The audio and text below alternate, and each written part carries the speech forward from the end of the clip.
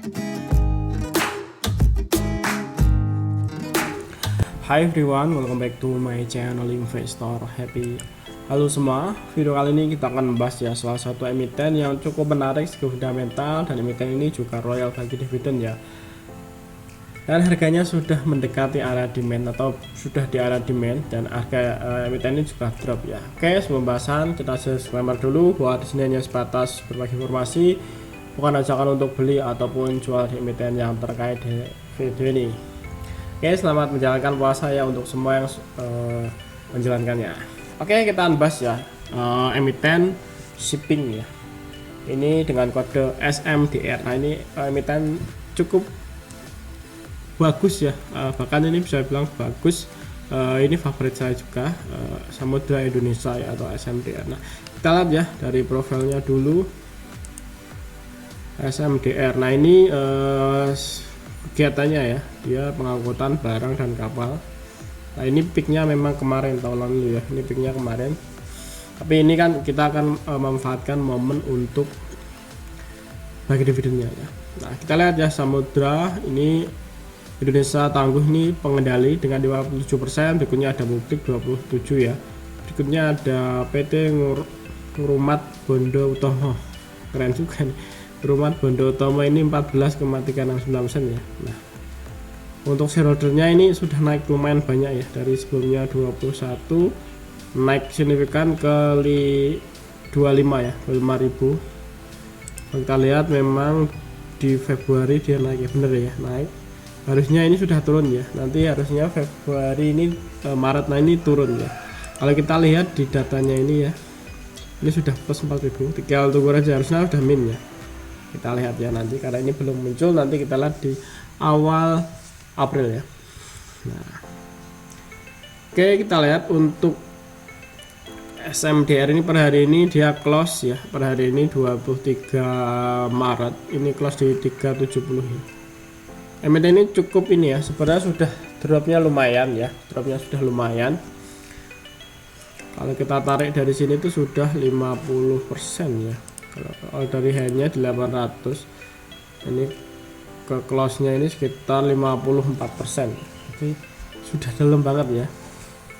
Nah, tinggal kita manfaatin, ini dia bagi dividen Agustus ya, nanti kita lihat ini Juli, ini Agustus, kita nanti lihat ya di 2003 nanti baginya di berapa, tapi kita akan lihat momennya, dan ini sudah di area demand. Nah, kita lihat dulu untuk laporan keuangan. Nah, dari sisi laporan keuangan ini sangat bagus ya, bahkan ini mungkin laba terbesar ya, ini laba terbesarnya selama historis ke belakang, ini laba yang paling besar ya. Kita lihat ya dari segi aset, SMDR ini punya aset sekitar 1,1 ya miliar ya, tapi miliar ini US dollar guys ya. Ini nanti teman lihat sini ya, disajikan dalam dolar US ya, jadi ini hitungannya 1,1 miliar US dollar. Bisa kalau kita bandingkan sebelumnya di kuartal yang sama ya, di 2001 banding 2002, ini naik ya, dari sebelumnya 829 naik ke 1,1 US dollar. Artinya ini ada kenaikan ya, ya sekitar 300-an 300 juta ya, 300 juta US dollar ini kenaikan dari segi asetnya. Nah, untuk liabilitasnya ini sekitar 506 ya, ini naik ya, dari sebelumnya 447 naik ke 506. Jadi kalau kita bandingkan dengan ini sekitar 50% ya, kalau kita bandingkan dengan asetnya ya. Nah, untuk ekuitas masih sekitar 646 dengan kalau kita bandingkan secara year to year ini naik ya, dari sebelumnya 381 naik ke 646, habis 90% ya kenaikan dari segi ekuitasnya sendiri. Nah, untuk labanya ini yang paling besar guys ya, kita lihat ya dari segi labanya ini ya, secara year to year 2001 2002 ya. Nah, ini dari sebelumnya 672 naik ke 1,1, jadi emiten ini naik 90% ya dari segi laba. Terus untuk biaya jasa ya, jenis jasa ataupun operasional atau biaya kos ya, ini sekitar 483 naik ya ke 756 ya. Untuk laba bruto masih sekitar dari sebelumnya 189 naik ke 394. Nah, hampir 90% semua ya. Nah, kita lihat ya untuk laba bersihnya ini sekitar 300 ya, 314 juta US dollar ya, naik ya dari sebelumnya 144 juta naik ke 314, jadi 100% lebih ya, 110 lah, 110% ya kenaikan dari segi labanya. Ini sangat rekor ya, rekor terbesar ini.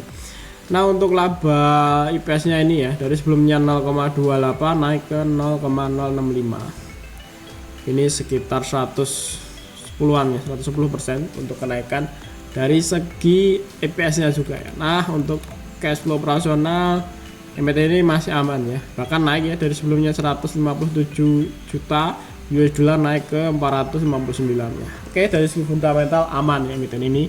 Kita tinggal lihat ya untuk wetonmologinya. Nah, kita lihat ya dari wetonmologi. Kita cek dulu ini SMDR dulu. Nah, kita lihat ya wetonmologi SMDR.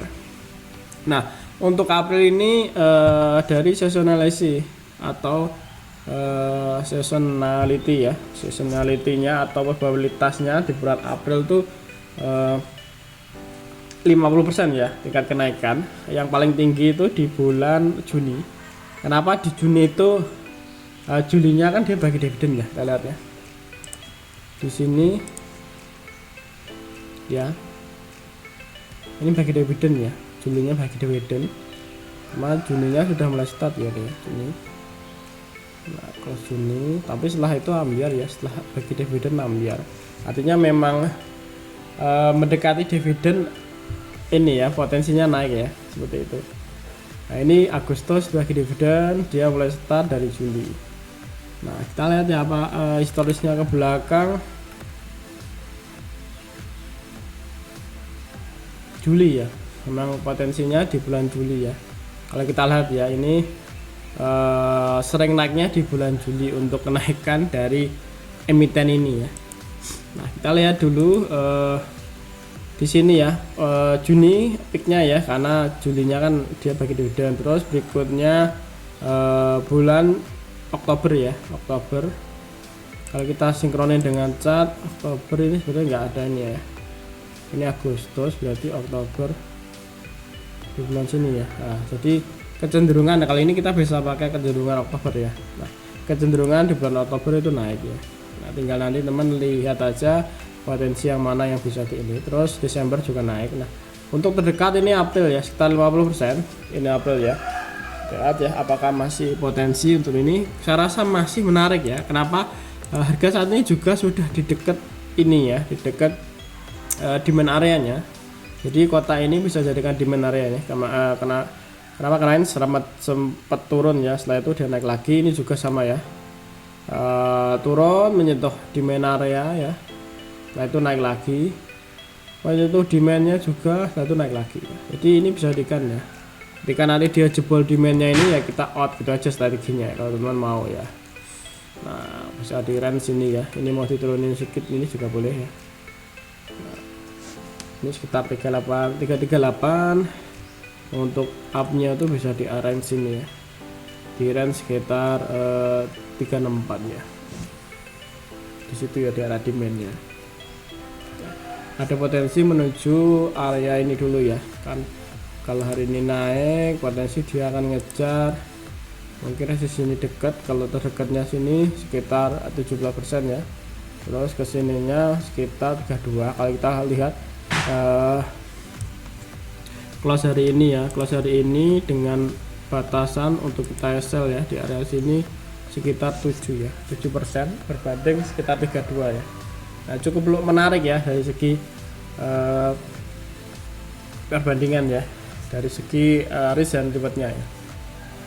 Nah oke, dari segi wetonmologi ya, untuk April datanya ini menunjukkan sekitar 50% ya untuk probabilitas kenaikan ya. Jadi masih 50-50, jadi bisa saja nanti April ini masih naik ya, karena ini sudah di demand area juga, sudah turun ya sekitar 54%, dan dia juga di dekat supportnya ya, support demandnya. Terus dari pegang saham juga masih aman ya, masyarakat baru 27 tadi ya, 27.